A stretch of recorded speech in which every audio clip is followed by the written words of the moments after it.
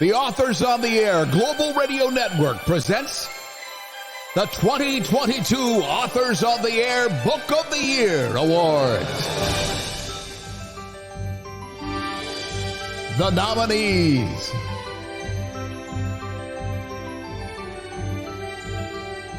Robert Gregory Brown,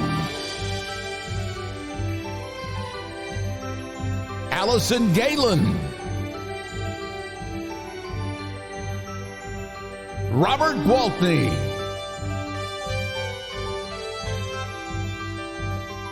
Gavino Iglesias,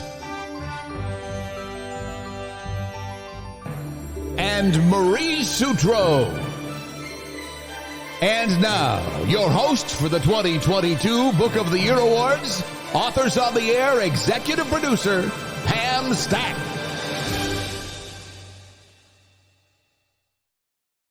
To Authors on the Air and our 10th annual Authors on the Air Book of the Year Awards. With me are our fantastic nominees. You saw them in the opening. I thought I would tell you all a little bit about how you got here and why you're nominated. Throughout the year, there is a closed group of readers who refer books back and forth to each other wherever they're reading them. They all read in this closed group. Our network only gets one suggestion a month. So you five came from someone in our network, and I'm crossing my fingers for all of you because I think you're all wonderful. But let me explain a little bit first about what's happening. I think what we're going to do is introduce our first guest, and you'll catch on in a few minutes. Carrie, let's talk to Robert Gregory Brown and find out a little bit more about him. Every book I write, it starts with action. My feeling is that you need to start with something in motion. If you don't start with something in motion and remain static, it's boring, and people are going to toss the book. So I want something to be happening right away. Now, about Double Negative. On the anniversary of his wife's passing, Jefferson Shaw, ex-cop, retired Marine, and grieving widower, packed a duffel bag and climbed into his pickup truck to take the road trip they had been planning together before she died. Now, when engine trouble temporarily strands him in Rosewater, Texas, an impulsive act of chivalry towards a battered young woman lands Shaw in more hot water than he could have ever anticipated. Before he knows it, he's caught up in a decades-old family drama, a senseless murder, and a search for a missing grandson that soon has him staring down the barrel of a malignant narcissist's gun. Wow. So what I neglected to tell you, but I thought I'd tell you after our first announcement, that each one of you have won an award in your genre. So it is my honor tonight to present Robert Gregory Brown with the Best Mystery Novel for Double Negative. Rob, congratulations. And I'm going to try to show this medal here, if I can. There you go. Cool. Thank you very much. I appreciate that. You're very welcome. So let's talk a little bit about you and where Double Negative came from. I know that you have been writing books for a long time. You write under several pen names, and you also write as a group, for example, with the Linger Group. Where did this particular story come from for you? You hate me to mention this as much as I do, but I'm getting old, and I never see any old guys as heroes in books. And a few years back, I had written about 3 or 4 chapters about Jefferson Shaw, and I liked what I wrote, but I set it aside and was working on some other things. And then one night I came across it, and I said, you know what? This is pretty good stuff. I think I'll continue with this. And I think it was right in the middle of the pandemic or something. And I just went crazy and finished it fairly quickly. And I had probably the best time I've had writing in a long time working on that book.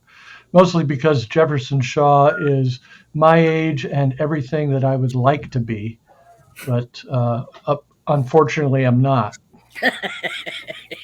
Well, isn't that the truth? Congratulations on winning Mystery Book of the Year from Authors on the Air. Thank Your you. medal and certificate will be in the mail to you shortly.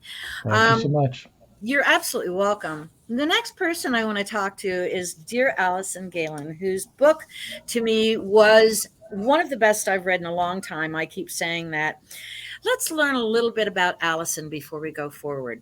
Gary? I think it's a little more than just sort of a kick-ass revenge story. I think there are a lot of problems with being a vigilante, and those things are explored as well. But hopefully it's a good story and a good thriller, and with a story that will keep you turning the pages. Now, about The Collective. Camille Gardner is a grieving and angry mother who, 5 years after her daughter's death, is still obsessed with the privileged young man she believes is responsible for it. When her rash actions draw the attention of a secret group of women, the Collective, Camille is drawn into a dark web where these mothers share their wildly different stories of loss, as well as their desire for justice in a world where privilege denies accountability. Fueled by mutual rage, the Collective members devise and act out retribution fantasies via precise, anonymous, highly coordinated revenge killings. Becoming more deeply enmeshed in the group, Camille learns truths about the Collective and about herself that she may not be able to survive. Well, it was truly one of my favorite books, and I'd like to present you with the Thriller of the Year award, Allison, for The Collective. You and I spoke at length about this. I think we did a couple interviews, and you were telling me that you are a pop culture junkie. Did that play into any part of writing your book? Well, yes. There's a significant scene that involves a bachelor watch party. So I think that, that definitely plays into the pop culture junkie aesthetic of the book. I can't really escape it. I love high culture, and I love trash culture, and I love everything in between. And they all seem to find their way into my writing, and just because I'm obsessed. So, yeah. By the way, do any of you have any questions for either Rob or Allison right now? Would you like to know anything about them? No? You don't care? Crickets. Crickets. Okay. That's fine. Allison, congratulations on the Thriller of the Year. By the way, so much. when you win in your genre, you're all candidates for Book of the Year. I forgot to tell you that part. So with that, let's go ahead and find out about Robert Gwaltney and his lovely book, The Cicada Tree. I admire writers whose work possesses a lyrical quality. I've always been drawn to that, and it's something that I love, and it's something that I love to attempt to accomplish on the page. So it was intentional. There are music themes throughout The Cicada Tree. Now, about the cicada tree. It's the summer of 1956. A brood of cicadas descends upon Providence, Georgia.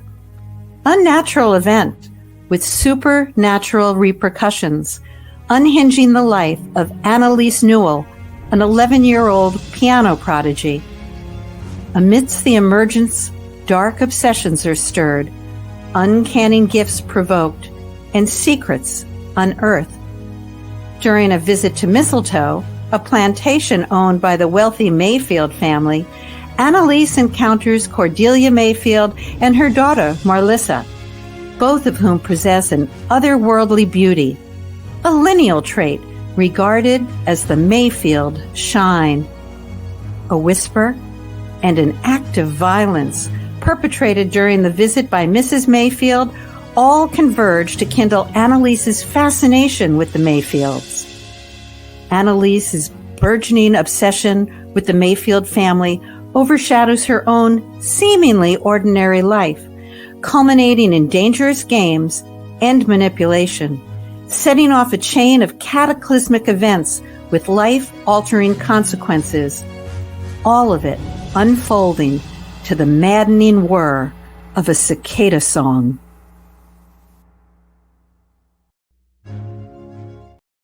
Robert, your book is so lyrical and so beautiful.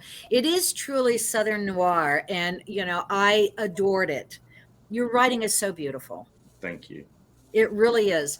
This is the Cicada Tree, and it gives me great pleasure to award Robert Gwaltney with the best first book. Congratulations. All right. For the Cicada Tree. It is beautifully done. I am looking forward to the next one that you are writing, Robert. Anything you want to say? No, I'm just, this time last year, the book had not even made its way out into the world. So I didn't know what I didn't know, and I still don't know what I don't know. But I certainly have learned a lot from last year until now. And it's just an honor to be here with all of you. So thank you, Pam. You're absolutely welcome, and it's to the readers. I'm thrilled to have you here.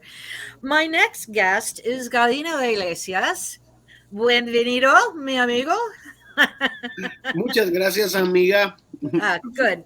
So let's find a little bit out about The Devil Takes You Home and Gavino Iglesias.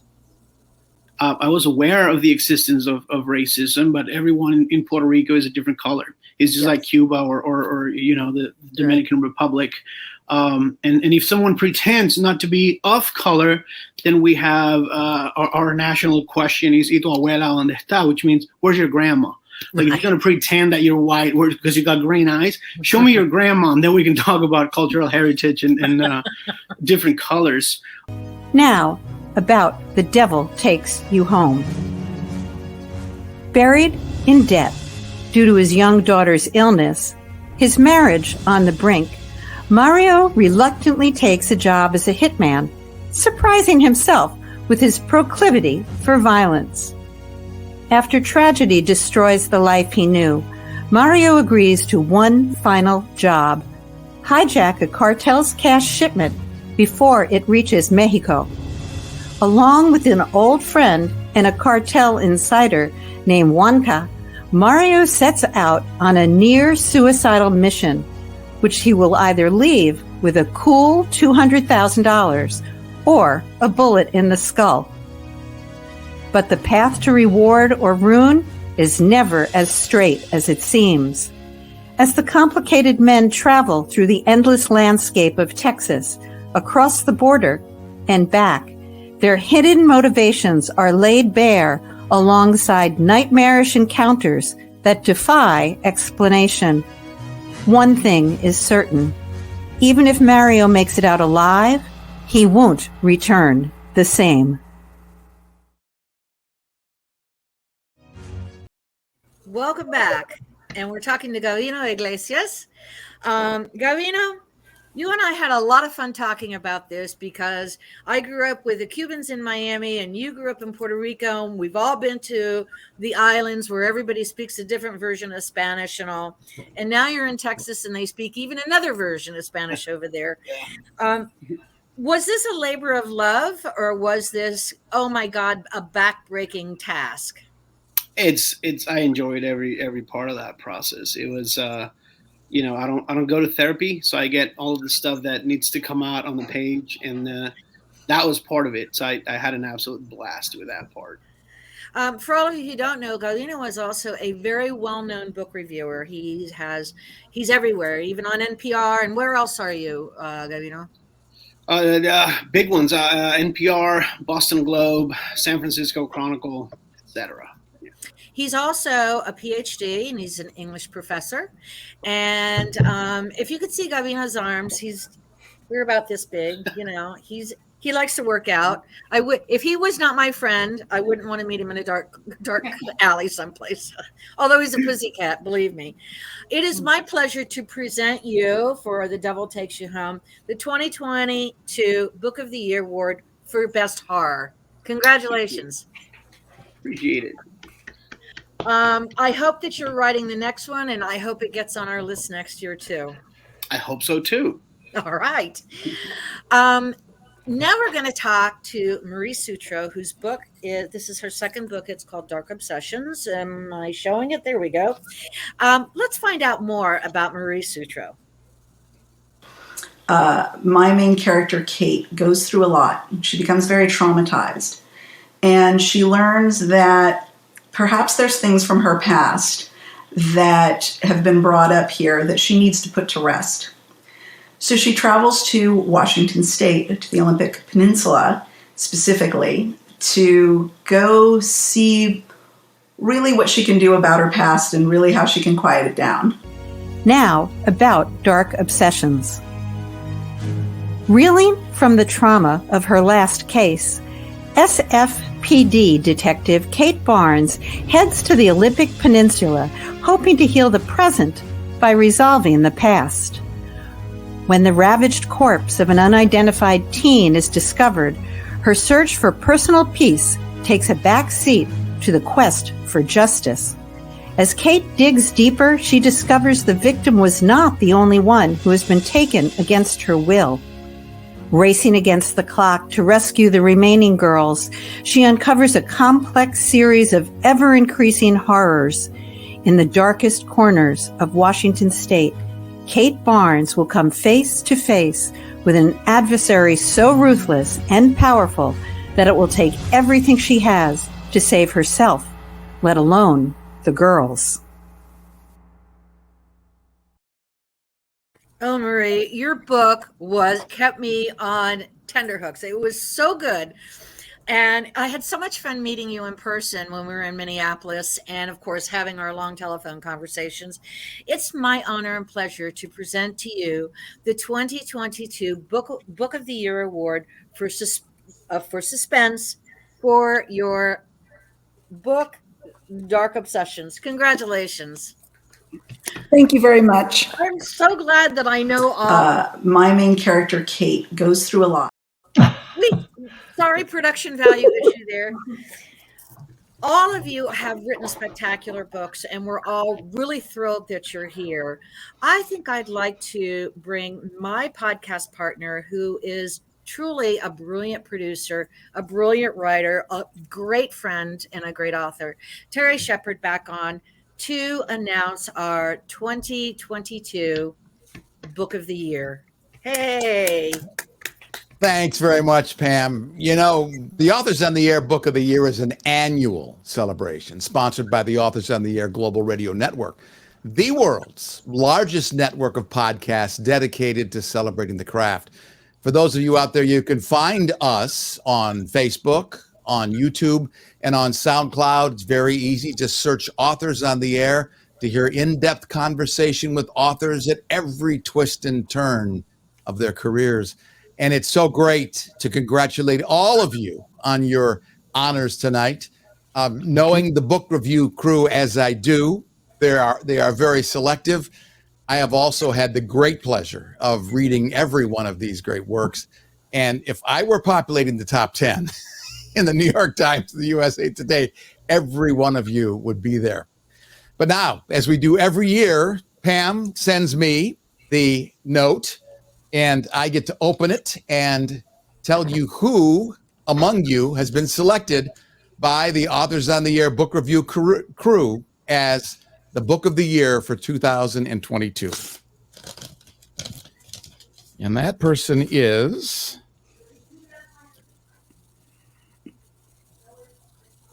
Robert Gregory Brown. Congratulations, my friend, on I'm shocked. the double negative. That's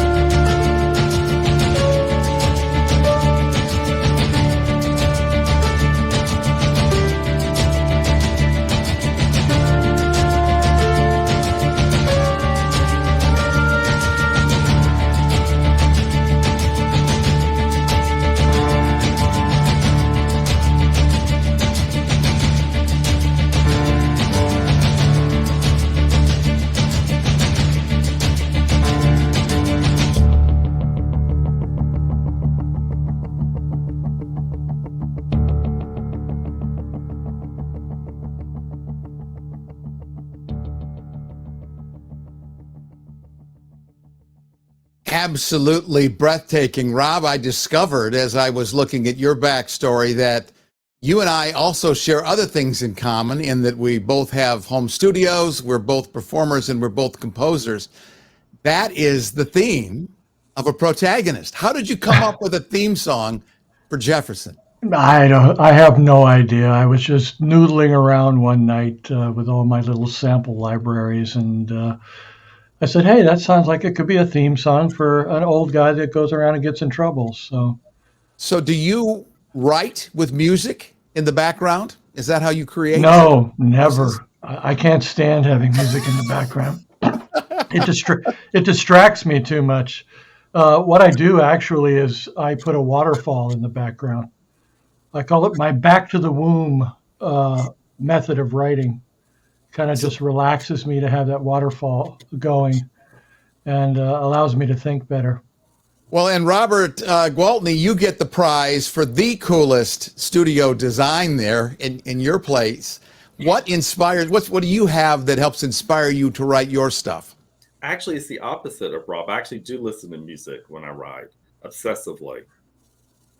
And do you have a playlist, a particular playlist you play depending upon what you're writing? Yes, so there was a Cicada Tree playlist, and sort of the lyrical underpinning was Moonlight Sonata for the whole arc of the book. And Marie, I know that part of what made Dark Obsession so viscerally powerful for me was knowing that you were actually there in the place where that happened. Tell us a little bit about your journey into the mountains. I actually started to write the book before I took the journey. So by the time I was about halfway through, I really felt the compulsion to get up there and make sure I was writing it the right way and see it and touch it and feel it. And so it was the most fun in the world to go walk in what were already Kate's steps and complete her journey with her. And Gabino, it seems like you had a long and circuitous route to become an author. You've done many things. How did you finally end up writing? Pettiness, and hatred. I just wanted to put everybody wrong, so I kept going until I couldn't be denied anymore. You can only do it for so long until somebody notices. So that and a lot of caffeine, and I got it done. The best thing about being an author is we can take all those anonymous people in our lives who have done us wrong and we can kill them and don't have to go to jail, right? Correct. And Allison, I have to tell you that yours was one of those books that I just couldn't put down from cover to cover. What is it that you think makes an addicting book like yours? I think just basically the sense of urgency, the sense of, needing to get through to find out, what's going to happen at the end. And I think if you, as an author, feel that, then the reader will feel that as well. An incredible group of honorees tonight, Pam, and our hats are off to you, because if we didn't have readers out there, especially addicts who read so much that it does something to their hair color, we wouldn't have an audience. It's purple. I'm sorry. Last week it was turquoise. It's going to change again. Get used to it, Terry. It looks like it's there's a volcano above it on your bookshelf that's glowing from the actual energy coming out. My Christmas jar. Well, we also have to thank Grace Salmon. That's the voice that you heard. The voice that you heard. I want to listen. We are so blessed to have a great team here. Terry Shepard, who is responsible for all that beautiful video. Grace Salmon, who hosts the Storytellers, has a beautiful voice and did the voiceovers. And Carrie Schaefer, who you met earlier, who's also all of them are best-selling authors, by the way. I'm just a best reader. So I want to thank the production team. I want to congratulate you all again. Honestly, I love all of your books. I'm so glad I didn't have to choose, because then I'd have to choose all 5 of you. And I hope that we see you again next year, but I know I'm going to see you during the year. Thank you, everybody, for being with us tonight for this live presentation of the 10th Annual Authors on the Air Book of the Year Awards. And I wish you all a very happy holiday season, should you celebrate. And otherwise, I'll see you next year. Likewise. Thank you, everybody. Thank you so